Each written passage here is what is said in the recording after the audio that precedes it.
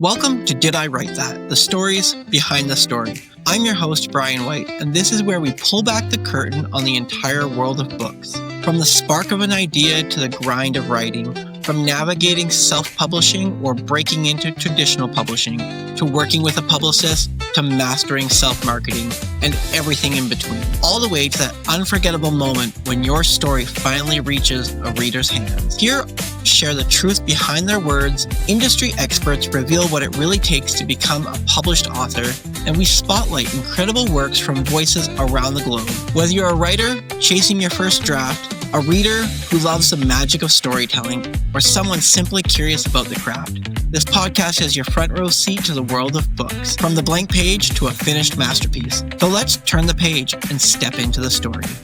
Welcome to one of the very beginning episodes of Did I Write That? The stories behind the story.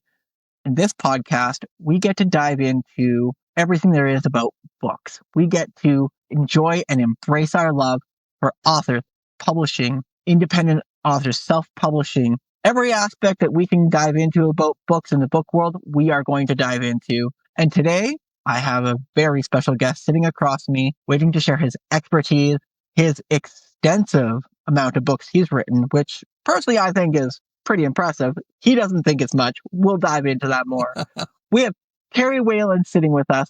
He is a New York editor. He has written over 60 books, and he's here to share his insights, talk about his book that he has written, well, at least one of them, and help us understand how does the publishing world work, how does the editing world work, and so much more.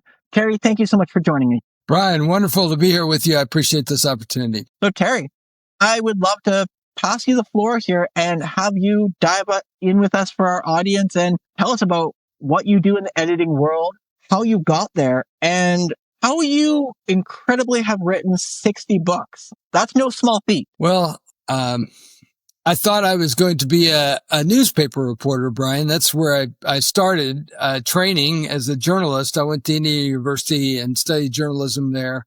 I was working for the campus newspaper years ago, and I couldn't get my fingers on the right keys. And this is in the old pre-computer days. So I was sitting at an old Royal typewriter, and I muttered to myself every time I made a mistake, I said, Jesus Christ, Jesus Christ. Now, this little blonde-haired girl that was sitting next to me, she said, "Oh, Terry, don't say that about Jesus, because one of these days when you really need him, you'll call out for him and he won't be there." And I thought, what's this? I'm a Christian. I go to church when I'm at home. I read the Bible in church when I'm at home. She suggested that I go to this little bookstore a couple blocks off the Indiana campus. They had pretty cards and posters, and maybe I'd find a book that interested me. And so I wandered down there a couple days later, and I bought this book called Jesus the Revolutionary. I thought, how in the world could Jesus be a revolutionary? And so I went back to my room. I read this book. It showed me a different side of Jesus than I'd ever seen before. But about that time, some people invited me to this Jesus people gathering in downtown Bloomington. They were sitting on little scraps of carpets, little candles lit. And those people, Bryan, had something that I didn't have. And so I got a Bible, and I changed the direction of my life. I thought I was going to be like a newspaper reporter at the Indianapolis Star, the Chicago Tribune, one of those kind of places. Instead, I joined this group called Wycliffe Bible Translators, and I trooped off to Guatemala, Central America. I worked among the Southwest Cachiquel people. I spent 10 years of my life in linguistics.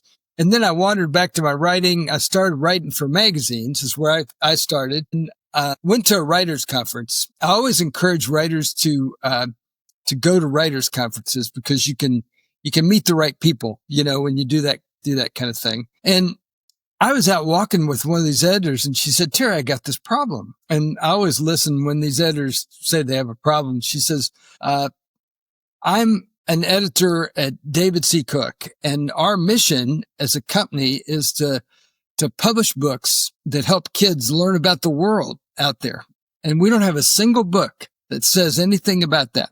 What kind of ideas do you have?" Well, at that time, my kids were little, and so I was reading a lot of picture books to them. And I knew that Stephen Lawhead, he writes fantasy books, had a kids book series called Howard Had. Howard had a hot air balloon. Howard had a spaceship. It combined real pictures with a little cartoon character. And so I said, what if we took our real pictures at Wycliffe around the world, combined it with a cartoon character, to help kids be able to visualize that. And she said, "Oh, that's a good idea, Terry. Write that up and send that to me."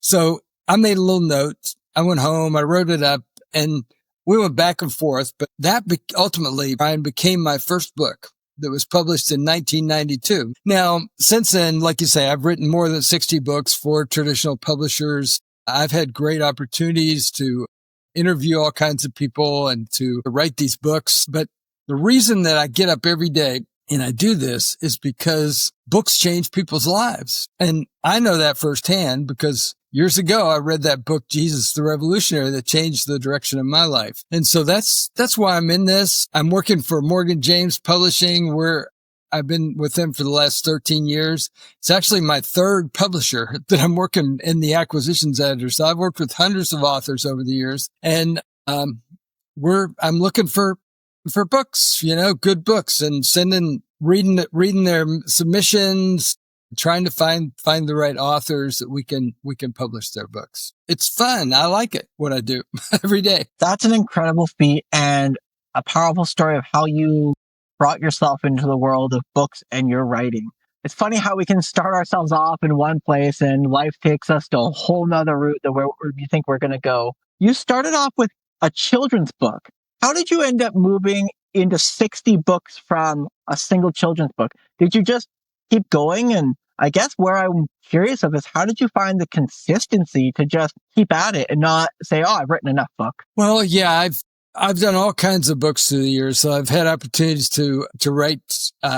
They're all nonfiction, but I've written books with other people. I've written books on short deadlines. I've written biographies on people like Sojourner Truth, Samuel Morris, Billy Sunday, Billy Graham, Luis Palau, John Perkins. I wrote a book with Vanetta Flowers, the first African-American ever to win a gold medal in the Winter Olympics. She won it in the 2002 bobsled. I wrote that book in about 6 weeks because they were already out selling that book, and they got a terrible manuscript. So they approached me to see if I could work with her to do that. So I flew down to Birmingham. I spent a lot of time with Vanetta. She grew up down there in Birmingham, Alabama.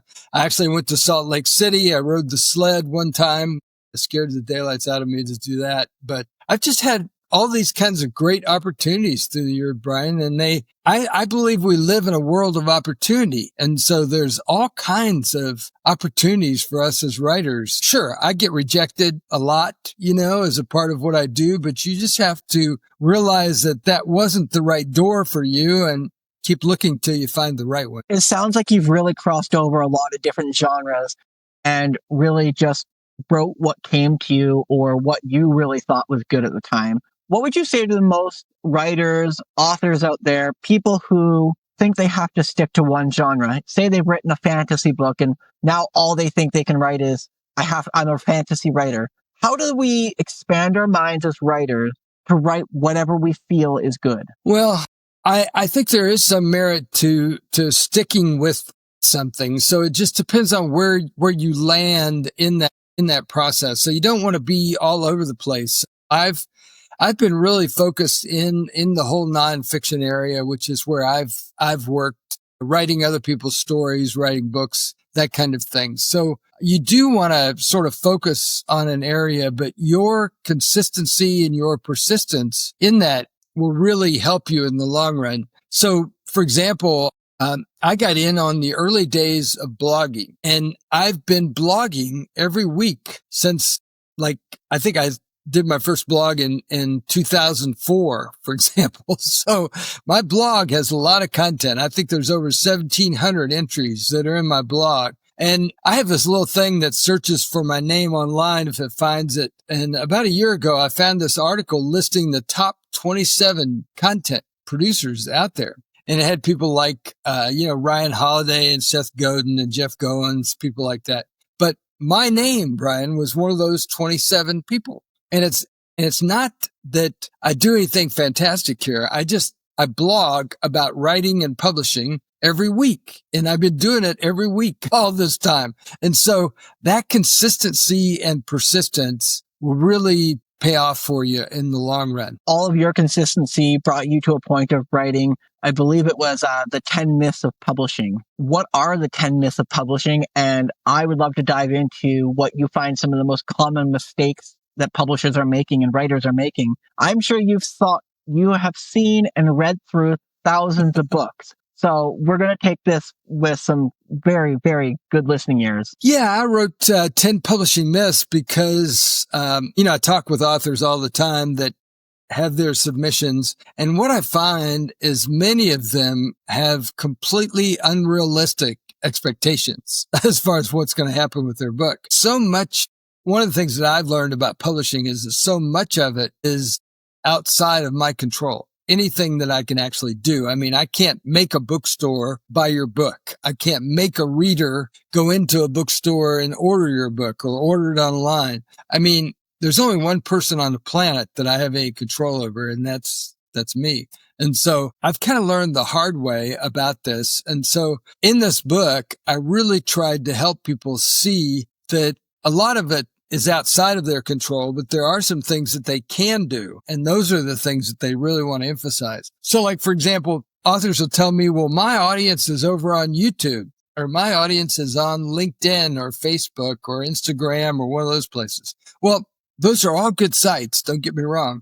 But in the business, we call those rented sites because I don't control those sites. I mean, I could knowingly or unknowingly violate the terms of those sites and get kicked off of there tomorrow. So you don't want to build your stuff over there, really. I mean, you want to build your stuff on your own website, your own blog, your own newsletter, things that you can control out there at the end of the day. So one of the big myths that many people fall into, and the first one, really the first chapter in the book, is that I will make a lot of money with my book. All these authors, I don't care whether they're self-publishing or whether they're publishing with a big 5 publisher in New York, they believe that they're going to make a lot of money with their books. Well, you may make a lot of money with your book, but you don't want that to be the primary motivation that you have with your book. I mean, you want to write a book because it shows that you're an expert in the topic, to open up doors for you to be speaking and be on podcasts like this and be on radio shows and other things. That book is kind of a door opener for you to be able to have those opportunities. You may make some money from that, but you don't want that to be your primary objective as you put that together. What is myth, say 2 and 3, or mistake 2 or 3 that you see a lot of writers and authors making? Yeah, another one of the myths is they believe that their publisher will market and sell their book. Now, don't get me wrong. I don't care how you publish. Your publisher's gonna market and sell your book, but you are really the primary person that has the greatest passion and desire for your book. And so you want to take that passion and use that as your fuel to get out there and be telling people about your book, because at the end of the day, you're the best person to do that kind of thing. Sure. At Morgan James, I mean, we love our authors. We want to encourage them. We want to help them, but we're publishing, Bryan, somewhere between 150 and 200 books a year. So there's a lot of books going through the publishing house. So sure, we're going to do our part, but you don't want to really depend on that. You want to do your part as the author to be telling people about it at the end of the day. Can you break down for our audience the difference between traditional publishing, hybrid publishing, and self-publishing? Yeah, it's a great question. Traditional publishing is really where the publisher will pay you typically an advance. They'll give you a royalty contract. They take over all the rights of your book, and then they will produce it. They'll design the cover, the interior. They'll sell it into the bookstore, all that kind of thing.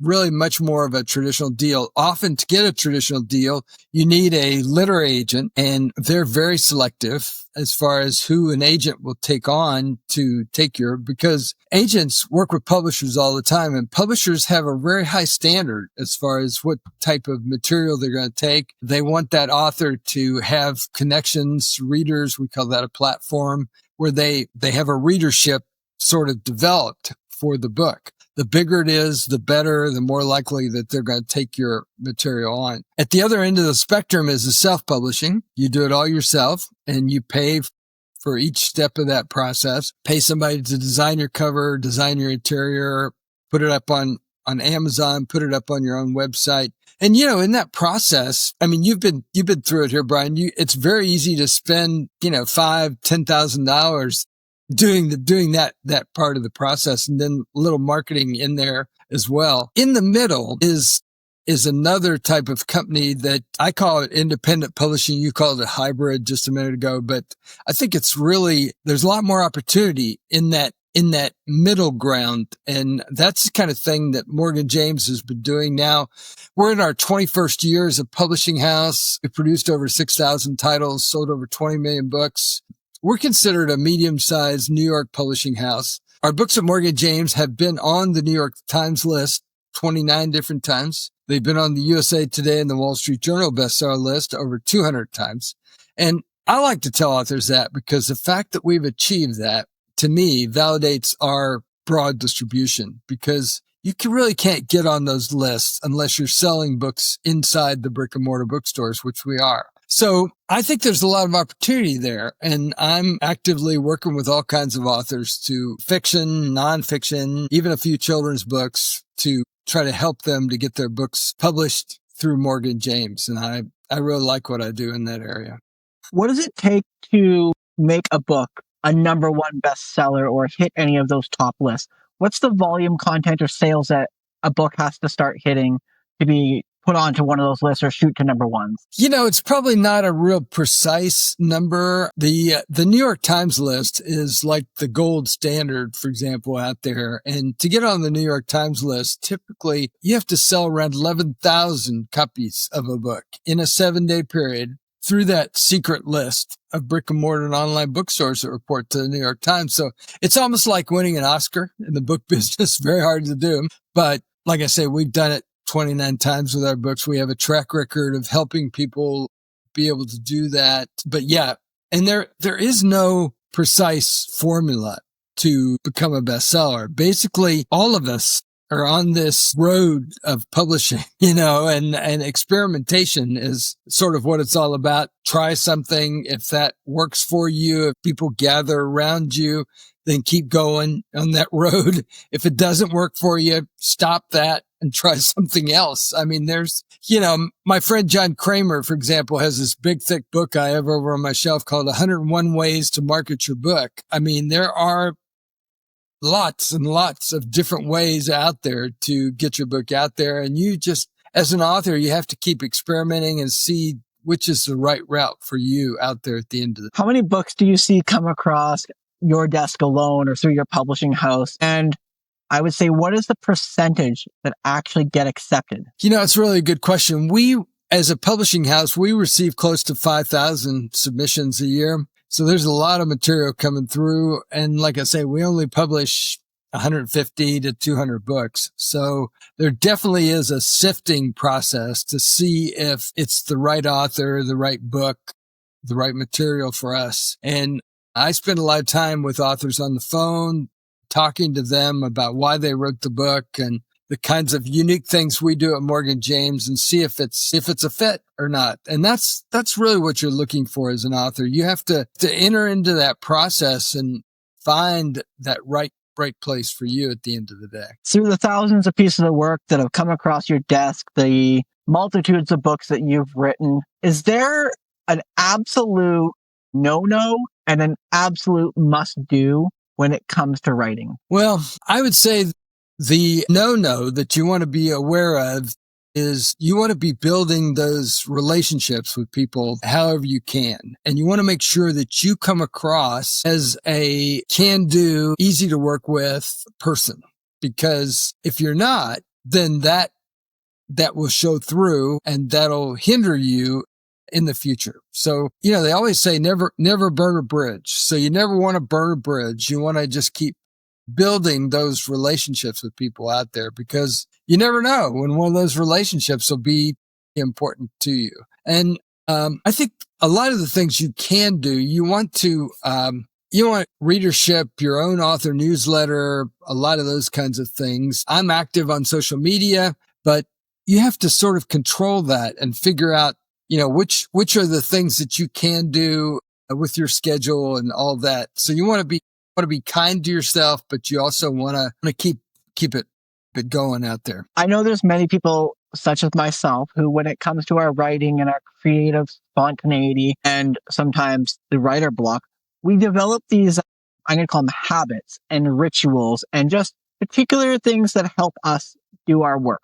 Was there anything during your writing, when you were deep into writing all your books, that you developed any habits or particular rituals that were just a core piece of your writing daily structure? Yeah, that's a great question. I think those of us that write books, one of the things we do in general is we sort of figure out when our deadline is for the book and what kind of word count is going to be in that book. And then how many words do we need to write every day or at least every week in order to be able to meet that deadline? Meeting your deadline is important. Writers are notoriously late in meeting those deadlines. So if you have a reputation of meeting the deadline or getting it in early, that puts you in a different category than everybody else out there. So I think it's an important part of the process to just keep doing that kind of thing consistently. Then one of the things that every writer needs to start out with is to have a business plan, or in the business, we call that a book proposal. And I don't care whether you're writing fiction or nonfiction or a children's book or devotional, whatever it is you're writing, you still need that book proposal. And so as an acquisitions editor, I was very frustrated because I would not have some piece that I needed from the author in order to be able to get them a book contract at the publishing house. And so out of my own frustration years ago, I wrote this book called Book Proposals That Sell, 21 Secrets to Speed Your Success. Now, that book has helped a lot of people find an agent, get an advance, get a publishing deal, but publishing's changed a lot since that book was written. And the book has over 150 five-star reviews, but people can get that book from me for free, the whole book, if they go to bookproposals.ws, bookproposals.ws.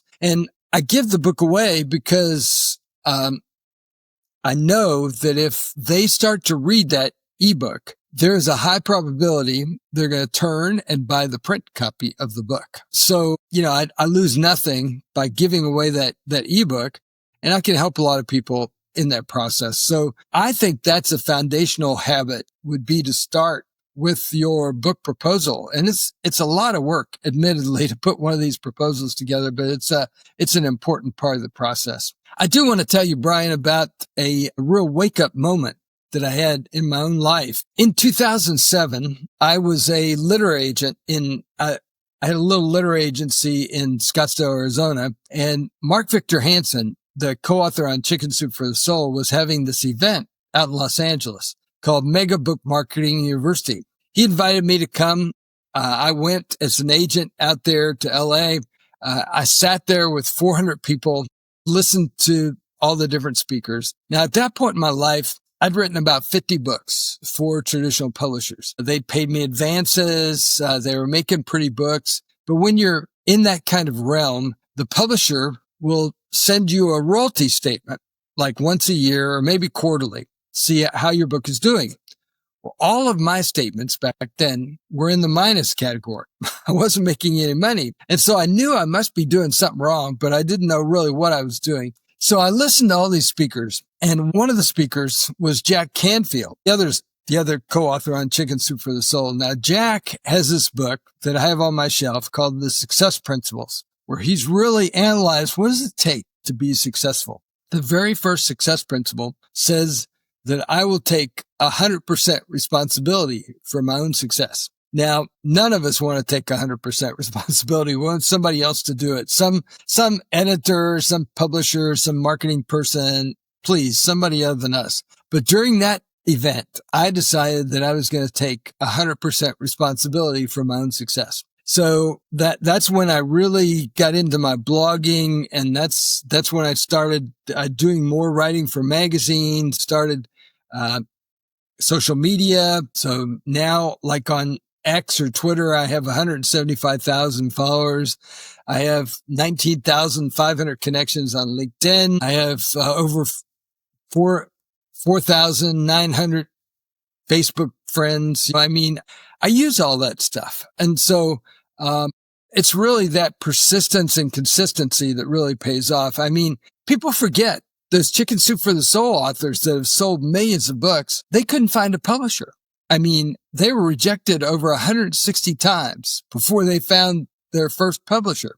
They finally got a little publisher in Florida to publish that first Chicken Soup for the Soul book. And they told their publisher they were going to sell 1 million books during the first year. Back to this, I will make a lot of money selling my book. And their publisher laughed at them. They never sold 1 million copies of anything. They thought that was a ridiculous idea. It took them 1.5 years, Brian, to sell their first 1 million books. But those guys practiced what they call the rule of 5. They got up every day and they did 5 things to be telling people about their book. They did a podcast, a radio show, a newspaper article, a guest blog post, a live event. I mean, there's lots and lots of things you can do. But by doing that consistently over and over is really what made the difference for them in their book. And that's kind of, it's simple, but it's a big thing that every author can do to help your book really get out there at the end of the day. And like I say, that's why I wrote 10 publishing myths here. And I have a special offer, Brian, with this book even that I try to help people do. If they go to publishingoffer.com, publishingoffer.com, they'll see where they can get this book from me for only $10. That includes the shipping, along with over $200 worth of bonuses. And so I really want people to get this book and apply these lessons to their own life. Now, these bonuses are not just funky bonuses. You know, one of the bonuses is an audio of a self-published friend of mine that sold thousands of books to public libraries. People forget, you know, libraries, there's over 9,000 public libraries, and those guys have budgets to buy books. You just have to take the bull by the horn. And like my friend did, he found the list online of all these librarians. He would take a couple hours a day, call them up and talk to the right librarian, tell them about the benefits of his book. And then after the call, he would make a little invoice, pack up the book, mail it to them. He sold thousands of books doing that. It's work. Sure, it's work, but that was innovative idea that he did. And all of us could do that kind of thing with our books. That is genius. And we're going to get that book into so many people's hands at the end of this podcast here. One of the areas I do want to dive into here real quickly, as you have probably seen all the changes that have just gone on through the publishing industry and through these publishing houses. What's your take on AI and AI generated content or